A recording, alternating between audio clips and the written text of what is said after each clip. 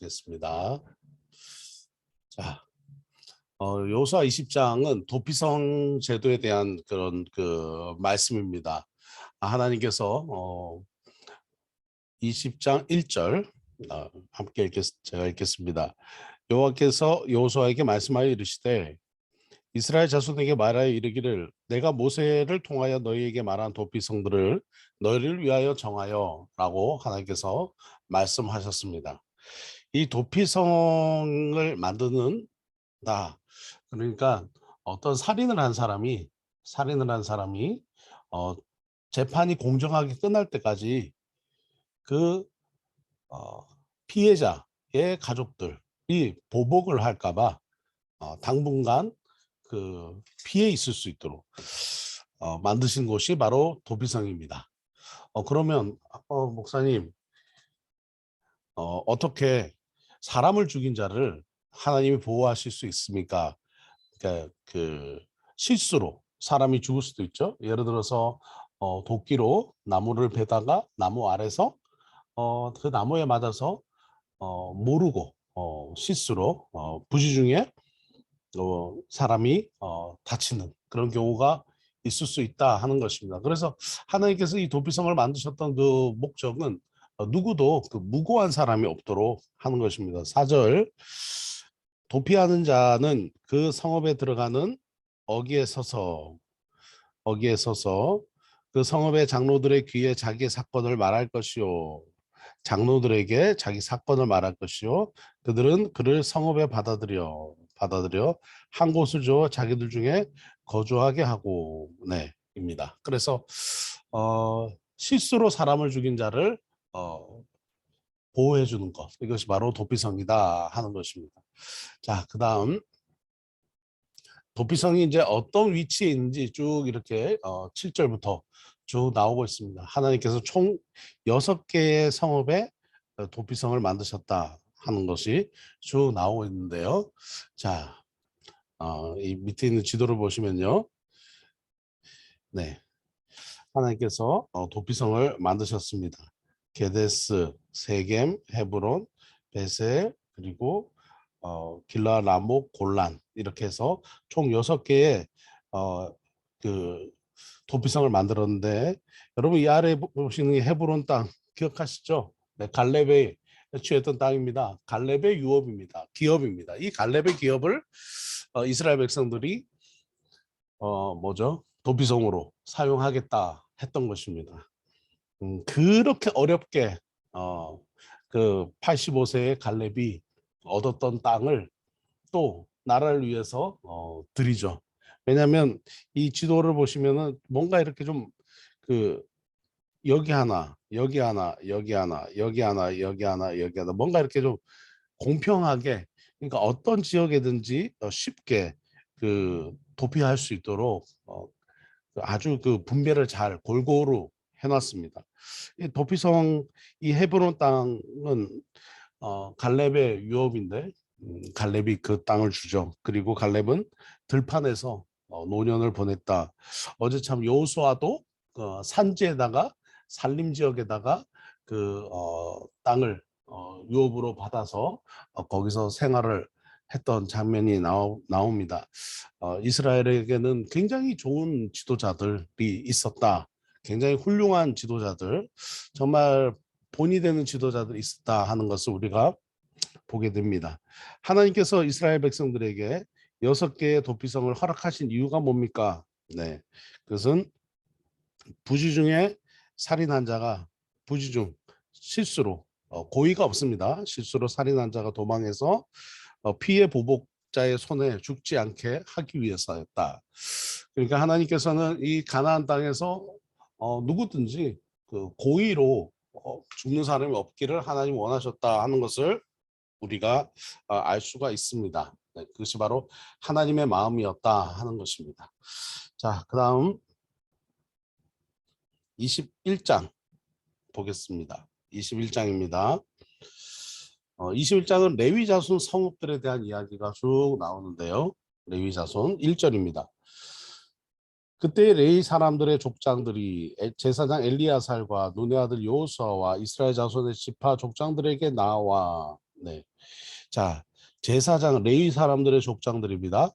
레위 사람들이 나와 우리에게도 목초지를 주십시오라고 요청을 합니다. 그리고 그 목초지를 달라고 얘기하죠. 하나님이 모세에게 이 레위 사람들이 거주할 음, 집과 성읍과 또 가축을 먹일 목장을 주라고 했습니다. 그러니 저희들에게도 이것을 주십시오. 이렇게 얘기를 했습니다. 레위 지파에게는 따로 그 물려받은 그 분배받은 기업이 없었습니다. 왜냐하면 레위 지파의 기업은 바로 하나님이 그들의 기업이었다 하는 것입니다. 그래서 이스라엘 각 지파의 성읍들의 가축을 위한 그 레위 사람들을 위한 성읍과 가축을 위한 목장들을 주면서 그 모든 레위 지파들이 살고 있는 성읍에 이스라엘 지파들이 살고 있는 성읍에 레위 지파들이 살 수 있도록 했습니다. 자, 이렇게 되면 좋은 것은 무엇입니까? 언제든지 제사장들이 레위 지파들이 재판도 하고 판결도 하고 하는 일들, 그리고 절기를 지킬 수 있도록 하나님의 말씀을 가르치는 그런 일들을 할 수가 있었습니다. 한마디로 늘 언제나 하나님 앞에 나아올 수 있는 그런 자리들을 하나님의 말씀을 공부하고 말씀을 듣고 그리고 또 그 하나님 앞에 나아오는 그런 일들을 언제든지 할 수 있도록 모든 그 이스라엘 지파들의 그 있는 곳에 바로 이 이스라엘 백성들의 그 레위 지파들이 있었다 하는 것입니다. 놀라운 말씀이죠. 항상 그 그런 것 같습니다. 가나안 땅에서도 그렇고 또 우리의 삶에서도 그렇고 항상 하나님이 중심된 삶, 항상 하나님과 동행하는 삶, 이때나 이 지금 여호수아 때나 지금 저희가 살아가고 있는 삶에서나 아주 중요하다 하는 것을 보게 됩니다. 자, 48성읍을 부여받았습니다. 48개 성읍입니다. 아론 제사장의 자손들, 남은 고핫 자손들, 게르손 자손들, 무라리 자손들. 그래서 레위 자손의 이 그 손자들의 딱 이름들이 이렇게 나오면서 이 땅을 부여받게 됩니다. 그리고 이 자손들은 유다 지파, 스므온, 베냐민, 에브라임 이런 식으로 모든 지파들에 다 흩어져서 살게 되었습니다. 그래서 총 48개, 무라리가 12개입니다. 12개. 12개 성읍을 받았다. 그래서 그렇게 분배받고 그렇게 흩어져서 살았다 하는 것입니다. 다음은 레위 지파들이 받은 성읍과 목초지 이름들이 쭉 또 나오게 됩니다. 유다 지파, 시몬 지파, 베냐민 지파. 그래서 그 레위 사람들에게 준 그 성읍과 목초지들 이름들이 쭉 이렇게 8절부터 9절까지 그렇게 쭉 나옵니다. 8절 제가 읽겠습니다. 여호와께서 모세에게 명령하신 대로 이스라엘 자손이 제비 뽑아 레위 사람에게 준 성읍들과 그 목초지들이 이러하니라. 네, 그렇게 해서 쭉 부여받게 됩니다. 다음 20절에서 45절 굉장히 긴데요. 자, 20절에서 45절. 고아 자손, 게르손 자손, 무라리 자손에게 나눠준 성읍들의 이름이 쭉 나옵니다. 20절입니다. 레위 사람이 그앗 자손 중에서 남은 자들의 가족들 그앗 자손에게는 제비 뽑아 에브라임 지파 중에 그 성읍을 주었으니 27절 게르손 자손에게는 34절 무라리 자손들에게는 그렇게 해서 쭉 그 하나님께서 21장에서 레위 자손들에게도 그 머물 수 있도록 각 지파마다 흩어져서 살아갈 수 있도록 하셨다. 21장에서 우리가 묵상할 수 있는 것은 항상 뭐 중심된 삶입니까? 하나님 중심된 삶을 살아가는 이스라엘 백성들의 모습을 보게 됩니다. 우리의 삶에서도 이런 하나님 중심으로 살아가는 은혜가 있어야 되겠다 하는 것을 다시 한 번 더 생각합니다. 자, 이제 22장에 넘어가면요. 22장에 넘어가면 자, 요단강을 가나안 땅 들어오면서 요단강을 건너기 전에 그 요단 동편 땅을 이미 받았던 지파들이 다시 이제 전쟁이 끝났기 때문에 돌아가죠. 여러분 그 가나안 땅을 진격할 때에 가나안 땅을 점령하러 들어올 때에 가장 먼저 앞서서 들어왔던 것이 바로 요단 동편 지파들입니다. 므낫세, 루벤, 갓 지파죠. 그래서 루벤, 그 다음에 갓, 그 다음에 므낫세 반지파. 이 므낫세 반지파들이 이 다시 자기들의 그 집이 있는 그 동편 땅으로 돌아가게 됩니다. 자, 22장 1절입니다. 그때 여호수아가 루벤 사람과 갓 사람과 므낫세 반지파를 불러서 이렇게 얘기합니다. 반지파를 불러서 그들에게 이르되, 자, 뭐라고 얘기합니까? 그동안 수고 많았다. 그동안 수고 많았다. 칭찬하죠. 뭐라고 칭찬합니까? 여호와의 종 모세가 너에게 명령한 것을, 자, 여호수아가 아닙니다. 모세가, 여호와의 종 모세가 너에게 명령한 것을 너희가 다 지키며 내가 너희에게 명령한 모든 일에 너희가 내 말을 순종하여. 자, 칭찬이죠. 아주 수고했다. 고생했다. 오늘날까지 날이 오래도록 너희가 너희 형제를 떠나지 아니하고 오직 너희의 하나님 여호와께서 명령하신 그 책임을 지키도다. 아주 책임감 있게 잘 해줬다. 고맙다. 그러니 이제 너희에게 모세가 준 소유지로 가라. 너의 장막으로 가라. 그리고 5절입니다. 당부한 얘기는 이거죠.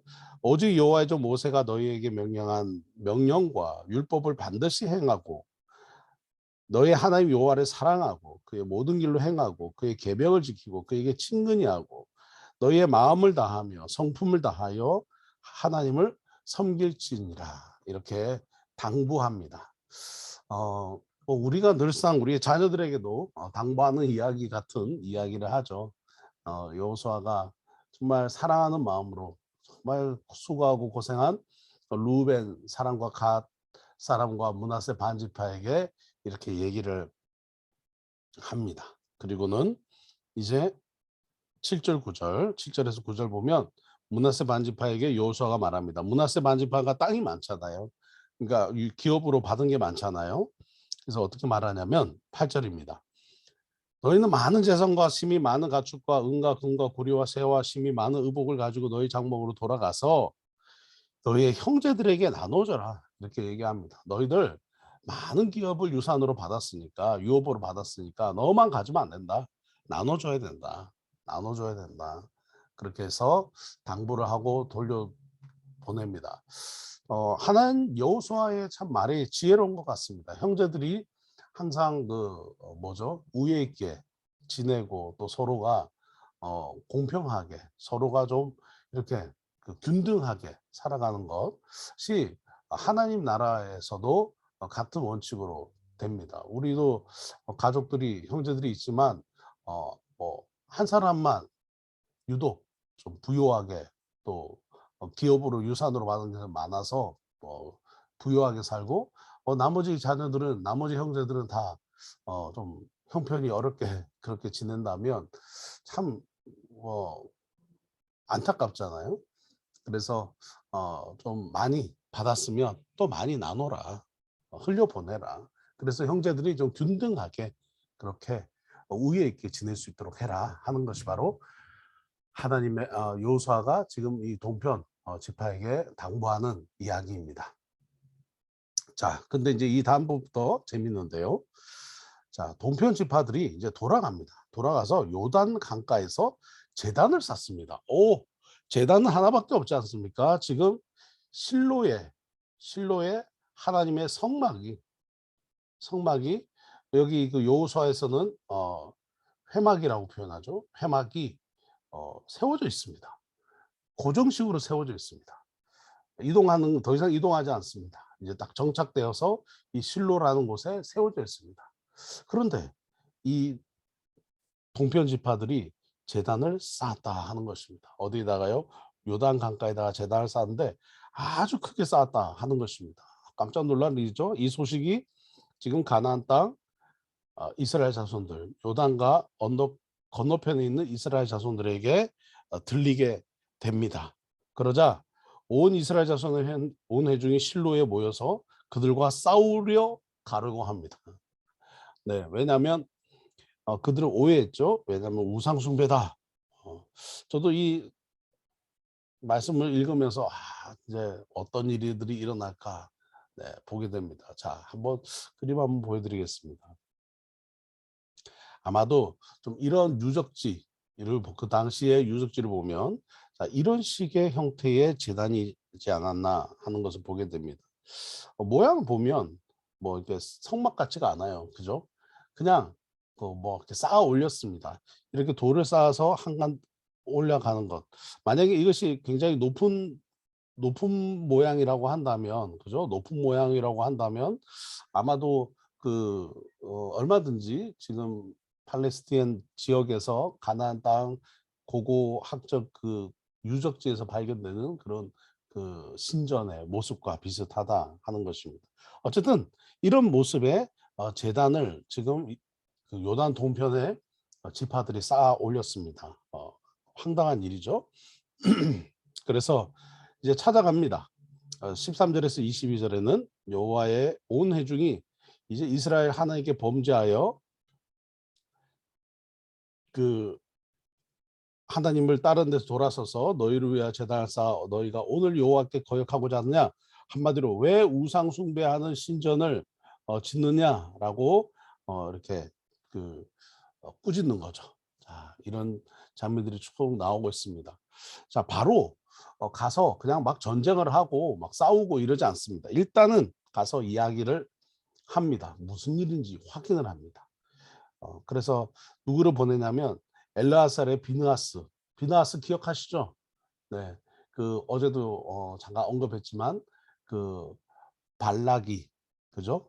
그 발람, 모압 왕 발람에게 이렇게 모사를 해가지고 그 미디안의 그 여인 신전의 여인들을 이스라엘의 그 남성들과 함께 음행하게 하는 그 일 때문에 22,200명이 22,000명이 죽게 됩니다. 그죠? 그렇게 모사를 했던 그 일 앞에서 분노하면서 그 이스라엘의 그 시므온 지파의 그 리더와 그리고 미디안의 여인을 그냥 창으로 찔러서 죽였던 그 사람이 바로 이 비느하스입니다. 이 비느하스를 보냅니다. 야, 정말 신앙이 좋고 정말 그 믿음이 좋은 사람을 이제 보냅니다. 그래서 확인합니다. 어떻게 된 일이냐? 바로 가서 전쟁하기보다 어떻게 된 일인지 먼저 확인했다. 그러니까 뭐 많은 이야기들이 있고 소문이 있고 막 그렇지만 일단 먼저 가서 그게 사실이냐라고 확인을 하게 됩니다. 자, 근데 어, 그 요단 동편 지파들이 왜 이런 일을 했는지에 대해서 설명을 합니다. 뭐라고 말하냐면 24절입니다. 후일에 너희 자손이 우리 자손에게 말을 이르기를 너희가 이스라엘 하나님과 무슨 상관이 있느냐. 자, 이 사람들은 요단강 동편에 있습니다. 제단 하나님의 성막은 요단강 서편, 그러니까 실로에 있습니다. 우리는 뭔가 이렇게 두 지파 반밖에 되지 않고 하니까 요단 동편에서 우리의 후손들이 우리가 하나님과 무슨 관계가 있어요? 왜냐? 성막은 너무 멀기 때문에 무슨 관계가 있어요? 라고 얘기를 하면 우리는 하나님이 우리를 선택하시고 이 땅을 우리에게 주셨다 하는 어떤 그 상징으로서의 그것을 위해서 제단을 하나 쌓자라고 얘기했을 뿐이다. 우리가 이 제단을 쌓는 것은 번제를 위함도 아니고 다른 제사를 위함도 아니고 그냥 우리와 우리 후손들이 기억할 수 있는 증거가 되기 위해서 하나님 앞에 제단을 쌓았다. 후일에 우리 자손 27절입니다. 후일에 우리 자손들에게 이르기를 너희는 여호와께 받을 분깃이 없다 하지 못하게 하려 함이다. 28절 만일 그들이 후일에나 우리에게나 우리 후대에게 이같이 말하면 우리가 말하기를 우리 조상들이 지은 여호와의 제단의 모형을 보라. 자, 제단 모형을 만들어 놓고 저것을 볼 때마다 하나님을 기억해야 된다. 하나님의 신앙을 지켜야 된다. 한마디로 후손들에게 우리는 하나님의 백성이다. 우리는 하나님의 백성이다 하는 것을 이야기하기 위해서 이렇게 제단을 쌓았다라고 얘기합니다. 아주 믿음이 좋은 거죠. 아주 믿음이 좋습니다. 자, 그렇게 해서 22장 30절입니다. 회중들이 그 말을 좋게 여긴지라 듣고 기분이 아주 좋았습니다. 모두가 다 기뻤습니다. 그래서 33절입니다. 22장 그 일이 이스라엘 자손을 즐겁게 한지라 아주 믿음이 신앙이 좋아 기분이 좋았습니다. 후손들이 이제 저 우리의 조상이 저렇게 저 제단 모형을 봐. 우리는 하나님의 백성이야.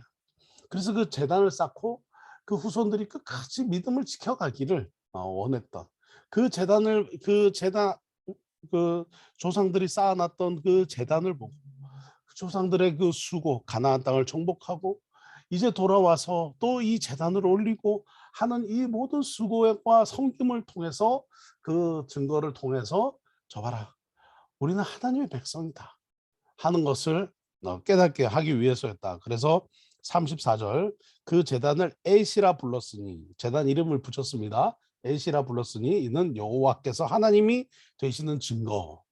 여호와께서 우리 신이다. 우리의 신은 여호와다. 우리가 섬기는 신은 여호와다. 다른 우상이 아니다 하는 것으로 이렇게 결정을 하게 됩니다. 자, 23장 넘어갑니다. 자, 여호수아가 이제 마지막으로 권면하는 장면입니다. 저는 23장 8절 말씀. 오직 너희의 하나님 여호와께 가까이 하기를 오늘까지 행한 것 같이 하라. 여호수아의 당부입니다. 이것은 뭐냐? 하나님 섬기기를 지금까지 가까이 했던 것처럼 계속해서 앞으로도 하나님을 가까이 해라. 라고 얘기하는 그 여호수아의 그 당부죠. 하나님 가까이 해라. 하나님 말씀 가까이 해라. 하나님 예배 가까이 해라. 하나님 찬양하는 일 가까이 해라. 늘 기도해라. 라고 어떻게 보면 여호수아의 그 마지막 권면이 참 은혜롭습니다. 자, 23장입니다. 여호와께서 주위의 모든 원수들로부터 이스라엘을 쉬게 하신지. 자, 여기에 드디어 하나님의 그 목적 바로 안식이 나옵니다. 이스라엘도 쉬고 가나안 땅도 쉬게 됩니다. 이 안식을 통해서 하나님은 회복 그리고 그것을 통해서 재창조. 이것은 하나님의 목적이죠. 하나님의 목적. 지금 팬데믹을 통해서도 하나님은 이 모든 세상에 좀 쉼을 주기를 그리고 다시 회복시키시고 다시 재창조하십니다. 그 과정에서는 이 팬데믹의 과정에서는 정말 안타까운 일들이 많고 전쟁도 있고 정말 슬픈 소식들도 많이 있지만 성경에서의 그 관점으로 보면 하나님의 목적은 내가 너희에게 주고자 하는 것은 재앙이 아니라 평안이다. 결국 하나님이 주시기 원하시는 것은 안식이다 하는 것을 보게 됩니다. 자, 하나님이 누구신지에 대해서 이야기합니다. 하나님이 너희를 위해서 하신 일 뭐냐? 첫 번째, 바로 하나님은 너희들을 쉬게 하셨다. 너희들을 쉬게 하셨다. 하나님 너희들을 쉬게 했다. 두 번째, 하나님이 너희를 위해서 싸우셨다. 세 번째, 하나님은 너희를 앞에서 너희 대적을 쫓아내셨다. 너희 목전에서 너희 대적을 쫓아내셨다. 이것이 바로 하나님이 이스라엘 백성들을 위해서 하신 일 세 가지에 대해서 여호수아가 쫙 이야기를 합니다. 그러면서 6절 8절에서 그러므로 하나님의 율법, 모세 율법책에 기록된 것을 다 지켜 행하라. 자, 모세 오경이죠. 우리가 공부했던 그 모세 오경 똑같습니다. 그 모세 오경의 말씀을 다 지켜 행하라. 우르나 좌우르나 떠나지 말고 치우치지 말아라. 그리고 너희 중에 남아있는 민족들 중에 들어가지 마라. 자, 우상을 섬기는 우상 숭배하는 이방인들과 함께하지 마라. 그들의 신들의 이름을 부르지 마라. 맹세하지 마라. 그것을 섬겨서 그것들에게 절하지 마라. 십계명의 말씀들하고 비슷하죠. 계속 나갑니다. 그리고 아까 처음 읽었던 24장 8절 오직 너희 하나님 여호와께 가까이 하기를 오늘까지 행한 것처럼 해라. 이렇게 당부를 합니다. 그렇게 해라.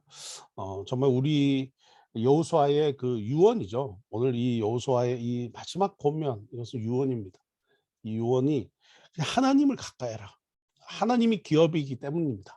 하나님을 가까이 해라. 하나님 가까이 해라. 자, 그러면서 9절부터 11절입니다. 자, 여기도 또 나옵니다. 하나님을 사랑해라. 여기 보면 너희 하나님 여호와를 사랑해라. 너희 중 한 사람이 1000명을 쫓으리니 한 명이 일당 1000으로 싸우게 될 것이다. 승리하게 될 것이다. 왜냐하면 하나님이 너희를 위하여 싸워 주십니다. 그러니 조심해서 너희 하나님 여호와를 사랑해라. 가나안 땅에 들어오는 그 무기는 바로 하나님이 이들의 무기였다 하는 것입니다. 그러면서 다음 절 보시면요. 자, 보세요. 너희가 만일 너희 중에 남아있는 이 민족들을 가까이 하고 더불어 혼인까지 하고 가까이 서로 왕래하면 확실히 알아라. 너희 하나님 여호와께서 이 목전 너희 이 민족들을 너희 목전에서 다시는 쫓아내지 아니하신다. 자, 보세요. 안 싸워 주신다는 거죠. 하나님 너희하고 안 싸워 주신다. 이 아름다운 땅에서 너희가 망하게 될 것이다. 멸망하게 될 것이다. 하라고 얘기합니다. 또 보시면요. 13절입니다. 반복된 단어가 나옵니다. 이 아름다운 땅에서 멸하시리라. 또 15절에 이 아름다운 땅에서 너희를 멸절하실 것이다. 16절에 마지막에도 너희에게 주신 아름다운 땅에서 너희가 속히 멸망하리라. 어떻게 하면요? 우상 숭배하면요. 하나님 경홀히 여기고 하나님 가볍게 여기고 하나님 사랑하지 않으면 이 아름다운 땅에서 너희는 망하게 될 것이다. 라는 것이 여호수아의 권면입니다. 정말 정말 깜짝 놀랄 그런 이야기를 여호수아가 하고 있습니다. 자, 여호수아가 이스라엘 백성 지도자들에게 했던 일은 권면한 명령은 뭡니까? 우상 숭배하지 마라. 그죠? 그리고 하나님을 사랑해라. 간단합니다. 이 세상을 쫓지 마라. 하나님 믿지 않는 그 문화와 하나님 떠나 있는 그 문화에 가까이 하지 말아라. 가까이 하지 말아라. 당연하죠. 하나님이 우리의 축복이기 때문입니다. 이거 우습게 생각하면 큰일 나고 망하게 될 것이다 하는 것입니다. 자, 다음 마지막 장입니다. 여호수아 24장 드디어 마지막 장. 여호수아가 죽게 되고요. 세겜 언약을 맺습니다. 자, 여호수아가 이제 이스라엘의 모든 백성들을 불러다가 세겜에 모읍니다. 세겜에 모으고 하나님 앞에 다 섭니다. 그러면서 하나님이 어떻게 하셨다 하는 이야기를 쭉 이렇게 이야기를 하게 됩니다. 어떻게 하나님 누구시냐?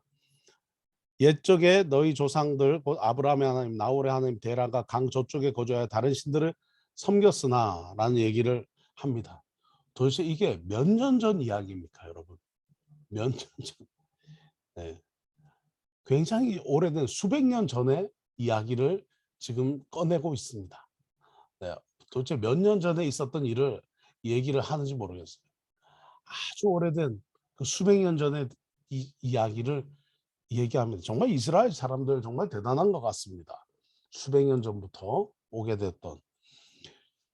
자, 그들의 하나님이 아브라함을 강 저쪽에서 이끌어내요. 이삭을 주었고 야곱과 에서를 주었고 야곱과 그의 자손들은 애굽으로 내려갔고 모세와 아론을 보내었고 애굽에 재앙을 내렸고 애굽에서 인도하여 홍해 앞에 이르게 하셨고 홍해에서부터 많은 날을 광야에서 거주했다라는 얘기를 쭉 이야기를 합니다. 그러면서 하나님이 어떤 분이신지 얘기를 하는 거죠. 간단히 줄여서 얘기하면 자, 이렇게 정리를 쭉 한번 했는데요. 네, 하나님은 놀라운 분이시다. 우리를 인도하신 분이시다. 지금의 가나안 땅을 정복해 하신 분이시다라고 이야기를 합니다. 그러면서 다시 여호수아가 이야기를 합니다. 뭐라고 말합니까? 이제는 여호와를 경외하며 온전함과 진실함으로 그를 섬겨라. 그렇게 얘기를 합니다. 만일 여호와를 섬기는 것이 너에게 좋지 않게 보이거든 이렇게 얘기를 합니다. 그렇게 얘기를 하자 너희가 섬길 자를 오늘 택해라. 자, 하나님을 섬기든지 아니면 너희가 거주하는 땅에 있는 아모리 족속의 신들을 섬기든지 둘 중에 하나를 선택해라. 그렇게 얘기를 합니다. 너희가 오늘 섬길 자를 택하라. 오직 나와 내 집은 여호와를 섬기겠노라. 여호수아가 이렇게 얘기를 합니다.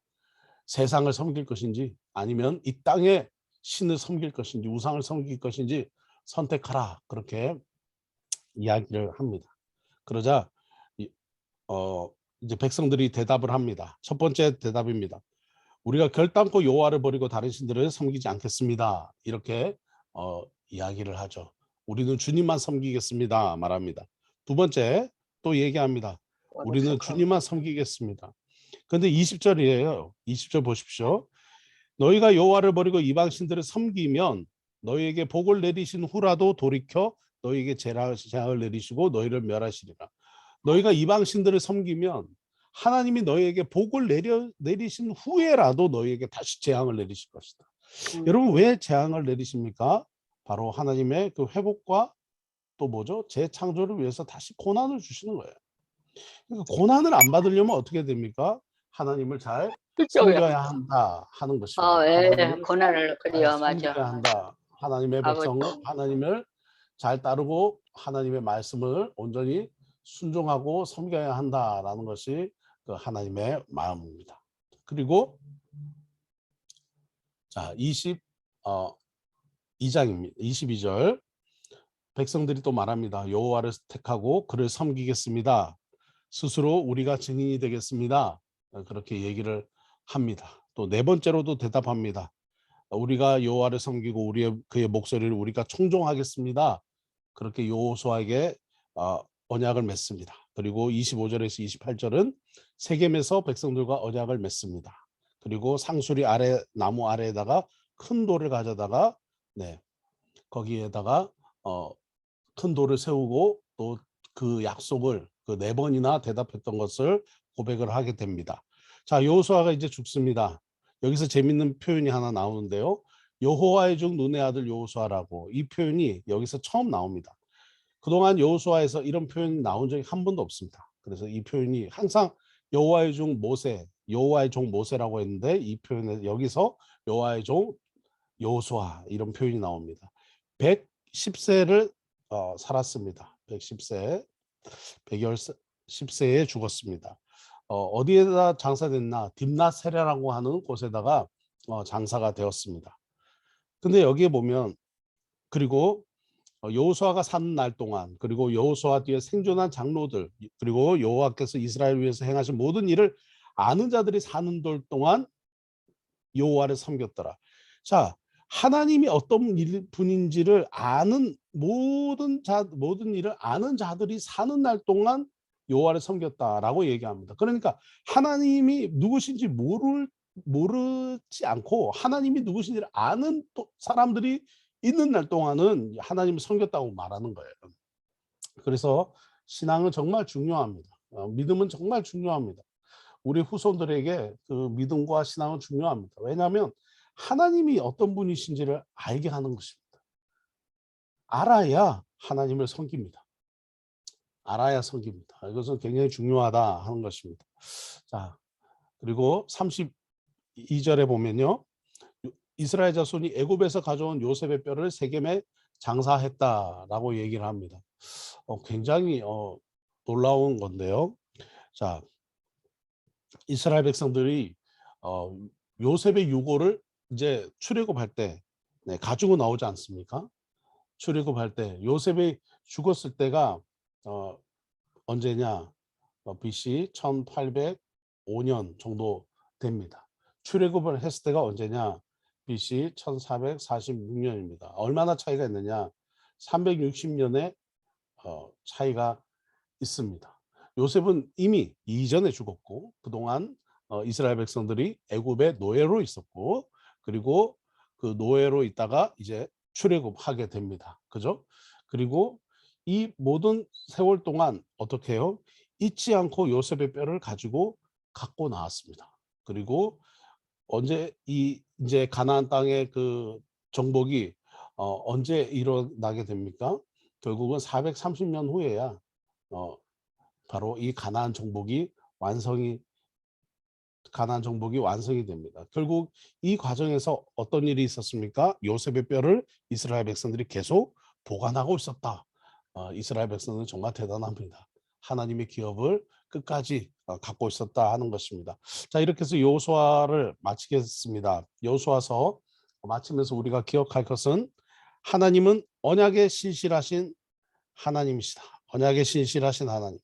그리고 가나안 땅에 들어간 것, 축복을 받은 것, 젖과 꿀이 흐르는 땅에서 축복을 받은 것으로 만족하지 말고 하나님과 맺은 언약, 잘 지켜야 된다. 뭐라고요? 순종하면 복을 받고 불순종하면 뭐라고요? 하나님의 고난이 오게 될 것이다. 물론 이 고난은 우리를 회복시키는 고난이다 하는 것을 다시 한 번 더 여호수아 말씀을 통해서 우리가 봤습니다. 구원받았으면 하나님의 백성답게 하나님의 자녀답게 살아야 됩니다. 구원받았다. 가나안 땅에 들어간 것, 구원의 축복을 받은 것으로 만족해서는 안 된다. 구원받았다고 신앙생활이 끝난 것이 아니다. 구원받았으면 하나님과 맺은 언약을 잘 지키면서 하나님의 백성과 자녀답게 순종하며 살아야 된다. 네, 오늘 이것으로 여호수아서를 마치겠습니다. 한번